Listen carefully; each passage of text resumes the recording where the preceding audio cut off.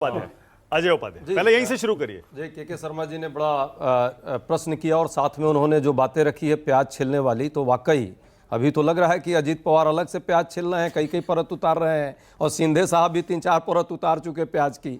अब सरकार के प्याज काट रहे हैं या प्याज छिल रहे हैं, तो इनको समझना चाहिए। कांग्रेस पार्टी पूरी तरह से एक जिम्मेवार विपक्ष की भूमिका में रह करके सकारात्मक तरीके से सरकार यदि ईमानदारी से जनता के मुद्दों पर चलेगी, जो जनादेश मिला है उस पर सरकार को समर्थन देने की स्थिति में, सहयोग देने की स्थिति में है।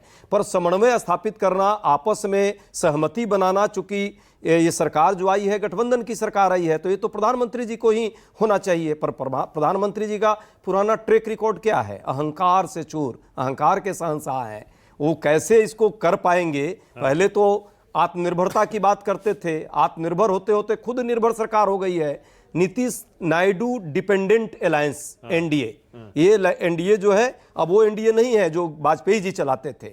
वाजपेयी जी चलाए, मनमोहन सिंह चलाए, वाकई एक धर्म होता है गठबंधन का। जहाँ तक बात आपने जिस तरह से अभी चर्चा की है कि एक सरकार मजबूत है कमजोर है, तो मुझे कहने की जरूरत नहीं है। 1/3 प्रधानमंत्री हैं, अभी 63 सीट इन्होंने कम की है भाजपा की, तो पूरा देश देख रहा है कितनी मजबूती, यदि मजबूती है। 1/3 कैसे प्रधानमंत्री? अब तो 3 3 एन है 64 सीट कम हो गई है। लेकिन एक बात बताएं अजय, आप भी इस बात को मानेंगे, जितनी अटकलें चल रही थी ना कि सहयोगी दल टीडीपी, जेडीयू, एलजेपी और आरएलडी पता नहीं क्या क्या मांग रहे हैं, वो गृह मांग रहा है, वो रक्षा मांग रहा है, वित्त मांग रहा है। अभी तो देखिए ना मंत्रालयों का बंटवारा, तो शुरुआत हुई है। नहीं, एक सेकंड, ना आपको मानना पड़ेगा, आपको मानना पड़ेगा, अभी तो आपको मानना पड़ेगा। ऐसा फॉर्मूला बनाया कि बड़े बड़े जो दल हैं उनको भी एक मंत्री पद दिया है। मानक जी, जिनको कैबिनेट नहीं दिया वो भी विरोध कर रहे हैं, बिल्कुल कर रहे हैं, आ रहा है। लेकिन इस मंत्रिमंडल पर, सरकार पर छाप नरेंद्र मोदी की दिखाई दे रही है। संदेश बिल्कुल साफ है, सहयोगियों के दबाव में नहीं आने वाले। यही तो कह रहा हूं कि उनका वो धर्म जो निभाना होता है, जो गठबंधन धर्म, उनको आती ही नहीं है। वो तो अहंकार के शहंशाह हैं। देखिएगा कुछ दिन बाद वो क्या होने वाला है परिस्थिति। अभी अजीत पवार और शिंदे गुट चिल्लाना शुरू कर दिया ना, क्यों कर दिया? उसके अलावे भी आरएलडी है, बाकी लोग, सब लोग धीरे धीरे चिल्लाएंगे। अब उसका अब जवाब मैं दूंगा, जरा आपका जवाब दे दूं।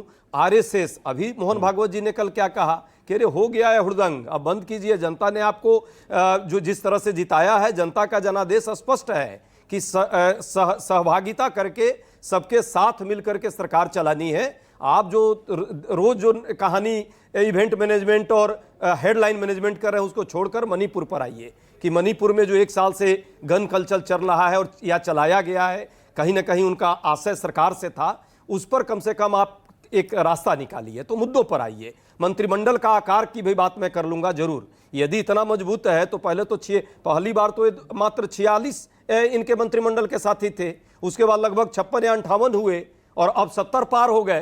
तो ये क्या है? ये दर्शा रहा है कि कितना मजबूत है आप।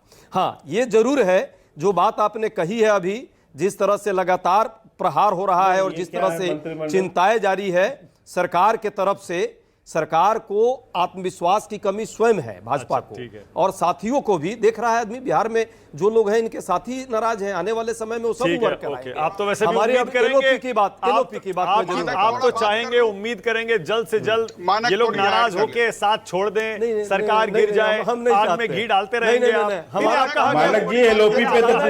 चलाना इनको है। अच्छा, एलओपी पर जवाब दे दीजिए, उस पर भी जवाब दे। चलाना भाई साहब को है, और सबको इनका ट्रैक रिकॉर्ड याद है। हनुमान जी बने थे ना चिराग पासवान, और लंका किसका जलाया था? नीतीश कुमार का। फिर नीतीश कुमार जब बने यहाँ बजरंगबली, तो उन्होंने क्या किया? चाचा को मिला करके और उन्हीं का जला दिया। ये सारे लोग एक साथ ही हैं। एलओपी पे तो जवाब दे दो। अब बात आ रही है भाई, पार्लियामेंट का गठन हो गया क्या? आप तो विद्वान आदमी हैं। लोकसभा का यदि गठन हो गया, नोटिफिकेशन हो गया, 18वीं लोकसभा शुरुआत हो गई, तब न एलओपी की जरूरत पड़ेगी भाई। लोकसभा का नेता हमको 3 दिन पहले क्यों बैठक या लोकसभा के बाहर का नेता चुनना है, तो उसका चर्चा हो जाएगी। ओके, अमेठी और रायबरेली में से कौन सी सीट छोड़ रहे हैं? देखिए, रायबरेली और वायनाड में से सुनिए, जनता दोनों तरफ चाहती है, दोनों जगह। वाकई सच्चाई है, हमारे लिए भी आसान नहीं है इसको तय कर पाना। राहुल जी जरूर निर्णय लेंगे दोनों की अपेक्षाओं को ध्यान में रखकर, लेकिन वो दोनों जगह उसी तरह ईमानदारी से जुड़े रहेंगे। रहना तो एक ही है संवैधानिक तौर पे, पर दोनों जल्दी से छोटा सा कमेंट बोलिए, के बोलिए।